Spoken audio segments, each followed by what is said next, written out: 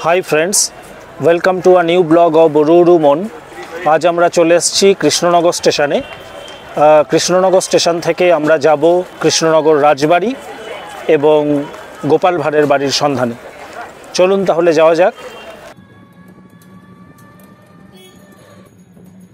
ইতিহাস থেকে আমরা পাই নদিয়ার মহারাজা কৃষ্ণচন্দ্র রায়ের জীবনীকাল বাংলা বর্ষের 1710 থেকে 1783 পর্যন্ত।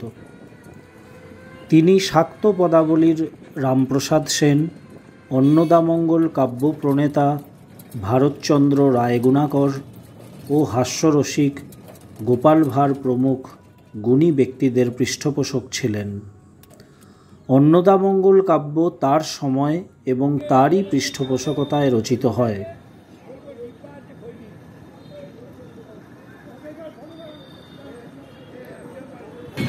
এখন আমি যেখানে দাঁড়িয়ে আছি সেটা হলো কৃষ্ণনগরের রাজবাড়ি। তো এইটা হলো রাজবাড়ির, আমার পেছনে যেটা দেখছেন এটা হলো রাজবাড়ির গেট। আমি আপনাদেরকে এই রাজবাড়ির চার দিকটা এবং আমার সামনে যেখানে কয়েদিদেরকে রাখা হতো আমি আপনাদেরকে সেটাও দেখাবো। তাহলে চলুন আমরা পরিক্রমাটা শুরু করি। নবাব সিরাজদৌলা ইংরেজদের সাথে সংঘাতে লিপ্ত হলে তিনি নিজের প্রজাদের বাঁচানোর উদ্দেশ্যে সিরাজদৌলার পক্ষ অবলম্বন করেননি, কারণ তিনি জানতেন যুদ্ধে পরাজয় নিশ্চিত। কিন্তু পরবর্তীকালে নবাব মীর কাসেমের সময় তার এই চালাকি ধরা পড়ে যায় এবং তাকে বন্দী বানানো হয়। পরে অবশ্য ইংরেজদেরই হস্তক্ষেপে তিনি মুক্তি পান। বাংলার জগদ্ধাত্রী পুজো ও নবদ্বীপে শাক্তরস তারই প্রচলন। 1754 সালে বিজয়া দশমীর দিনে কারাগার থেকে মুক্ত হয়ে বিষণ্ণ চিত্তে নৌকায় ঘুমানোর সময় এক চতুর্ভুজা কুমারী দেবীকে স্বপ্নে দেখতে পান।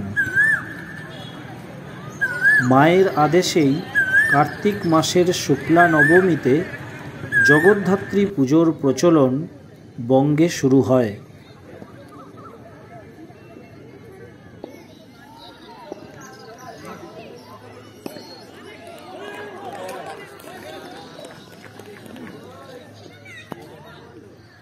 আমরা গেট পেরিয়ে এখন চলে এসেছি, আপনি বলতে পারেন যেটা মেন ক্যাম্পাস রাজবাড়ির। এর ভেতরেই অন্দরমহল আছে, এর ভেতরেই রাজা তার পার্শ্বদেরকে নিয়ে সভা করতেন। অর্থাৎ সামনে যেটা দেখানো হয়েছিল, আমরা আগে যেটা দেখিয়েছি সেটা রাজবাড়ির গেট, আর এটা হলো রাজবাড়ির মেন ক্যাম্পাস। তো দেখতেই পাচ্ছেন আমার পেছনের এই যে কালো রঙের গেটটা, এটা এখন বন্ধ আছে। তো এটা সবসময় বন্ধই থাকে। এটা খোলা হয় জনসাধারণের জন্য জগদ্ধাত্রী পুজোর সময়। আপনি জানেন যে এই অঞ্চলে কৃষ্ণনগর, চন্দননগর এই অঞ্চলে জগদ্ধাত্রী পুজো একটা খুব বড় পুজো। ইভেন কলকাতাতেও এত বড় জগদ্ধাত্রী পুজো হয় না, এখানে যত দূর হয়। তো রাজার বংশধররা জীবিত আছেন এবং রাজার বংশধররা এখানে কিন্তু কেউ থাকেন না। তারা কলকাতায় থাকেন বা অন্যান্য জায়গায় থাকেন, কিন্তু এখানটাতে তারা ওই পুজোর সময় আসেন। পুজোর ওই 2 দিন 3 দিন, দুর্গাপূজার সময় এবং জগদ্ধাত্রী পুজোর সময় তারা এখানটাতে আসেন। তারা এসে এই বাড়ির মধ্যে পুজো সেলিব্রেট করেন। সেই সময়ই জনসাধারণ ঢুকতে পারে, এবং তারপরে তারা আবার চলে যান। আর সব সময় এটা তালাবন্ধই থাকে। স্থানীয় একটা ক্লাব আছে, যে ক্লাবের ছেলেপেলেরা প্রপার্টি আছে সেগুলোকে দেখাশোনা করে। রাজার বংশধররা মাঝে মাঝে আসেন, তাদের সঙ্গে দেখা করে যান।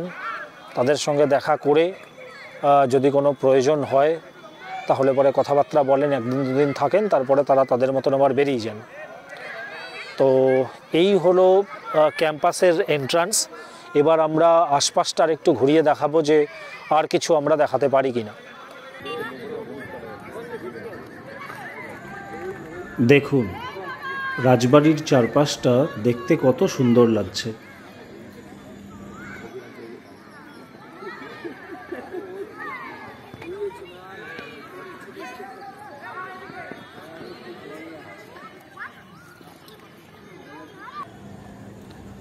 আর এটা হলো রাজবাড়ির জেলখানা।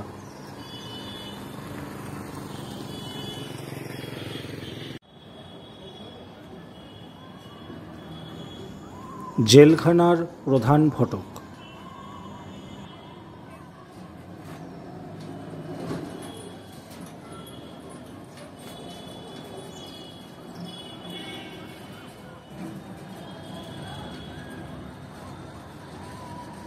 আর এই যে ছোট ছোট কুঠুরিগুলো, এখানটাতে সাজাপ্রাপ্ত এবং বিচারাধীন উভয় কয়েদিদেরকেই রাখা হতো।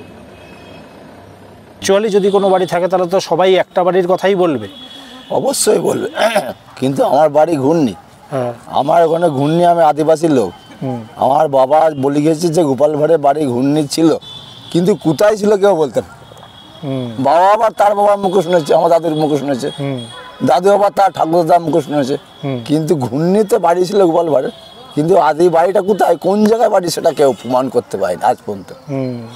আজ পর্যন্ত কেউ প্রমাণ করতে পারেনি। আচ্ছা, লোকে এটা ওটা দেখায়, ভুং ভাং দেখায়, দেখিয়ে বলে এটা গোপাল ভাঁড়, এটা অমুক জায়গায় ভাঙা বাড়ি, এটা দেখায় গোপাল ভাঁড়ের বাড়ি, কিন্তু আদৌ না। বুঝেছি। কিন্তু রাজা কৃষ্ণচন্দ্র বাড়ি এখানে চকের পড়া, এটা ঠিক আছে। হ্যাঁ, কৃষ্ণচন্দ্রের বাড়ির সামনেই দাঁড়িয়ে আছে। তার মানে এটা একটা অনুমান যে রাজা কৃষ্ণচন্দ্রের বাড়ি যেহেতু এখানে ছিল, গোপাল ভাঁড়ের বাড়িও আশেপাশে আছে। কিন্তু ঘূর্ণিতে আদি বাড়ি ঘূর্ণিতেই ছিল। আচ্ছা, কিন্তু আমার বাবাও বলে গিয়েছে, বাবা আবার তার ঠাকুরদার মুখ বাবাও দেখেনি। হ্যাঁ, বাবা যে দেখে তাও দেখেনি। কিন্তু আমরা সব শুনাম, গাড়ির লোকে যারা পর্যটকরা বাইরে থেকে আসে, তারা এটা গোপাল ভাঁড়কে গোপাল ভাঁড়ের বাড়ি দেখতে যাবো। কিন্তু আমাদের মতন টোটো, অনেক টোটো আমি দেখেছি, এটা ওটা দেখিয়ে দিয়ে বলে এটা গোপাল ভাঁড়ের বাড়ি, কিন্তু আদৌ ওটা গোপাল ভাঁড়ের বাড়ি না। বুঝেছেন? এরকম লোককে ভুল বুঝানো হয়। ভুল বুঝিয়ে ভাড়াটা নেওয়া হয়। বুঝেছি। সেটাই।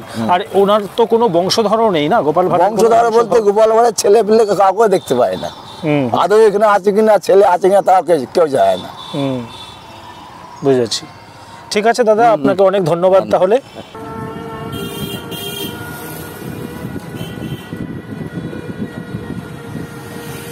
কৃষ্ণনগর থেকে ফিরে আসলাম।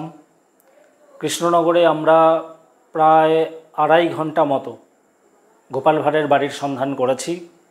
এই সন্ধান করতে গিয়ে আমরা প্রায় 80 বছরের ওপরে এক বৃদ্ধর সঙ্গে কথা বলেছি। এছাড়া চায়ের দোকান, হাউসওয়াইফ, পথ চলতি মানুষ প্রায় 4-5 জনকে জিজ্ঞাসা করেছি। সেই সমস্ত ভিডিওগুলো আর আপনাদেরকে দেখাচ্ছি না, ভিডিও অনেক লম্বা হয়ে যাবে।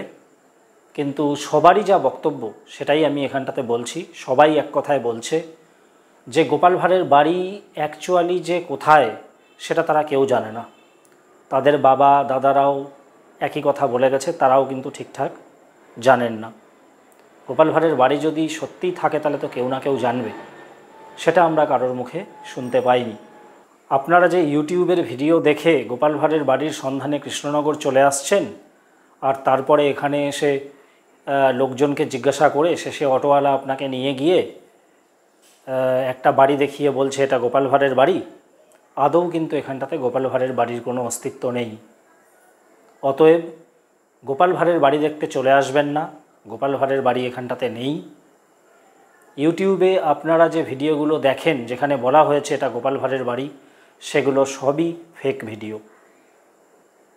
তো আজকে আমরা কৃষ্ণনগরে গিয়ে আপনাদেরকে কৃষ্ণনগর রাজবাড়ি দেখিয়েছি এবং গোপাল ভাঁড়ের বাড়ির সন্ধানে গিয়ে প্রকৃতপক্ষে গোপাল ভাঁড়ের বাড়ি যে নেই সেটা আমাদের অন্তর্তদন্তে উঠে এসছে, সেটাই আমরা আপনাকে জানালাম। সত্যটা আমরা এখানটাতে আপনাদেরকে জানিয়েছি। আমাদের এই এফোর্টস যদি আপনারা অ্যাকনলেজ করেন, আমাদের ভিডিও যদি ভালো লাগে, তাহলে আপনারা লাইক, শেয়ার, কমেন্ট এবং সাবস্ক্রাইব অবশ্যই করবেন। আমাদের পরবর্তী ভিডিও খুব তাড়াতাড়ি আমরা নিয়ে আসতে চলেছি। ততক্ষণ পর্যন্ত আপনারা সবাই ভালো থাকুন, সুস্থ থাকুন। Thank you very much.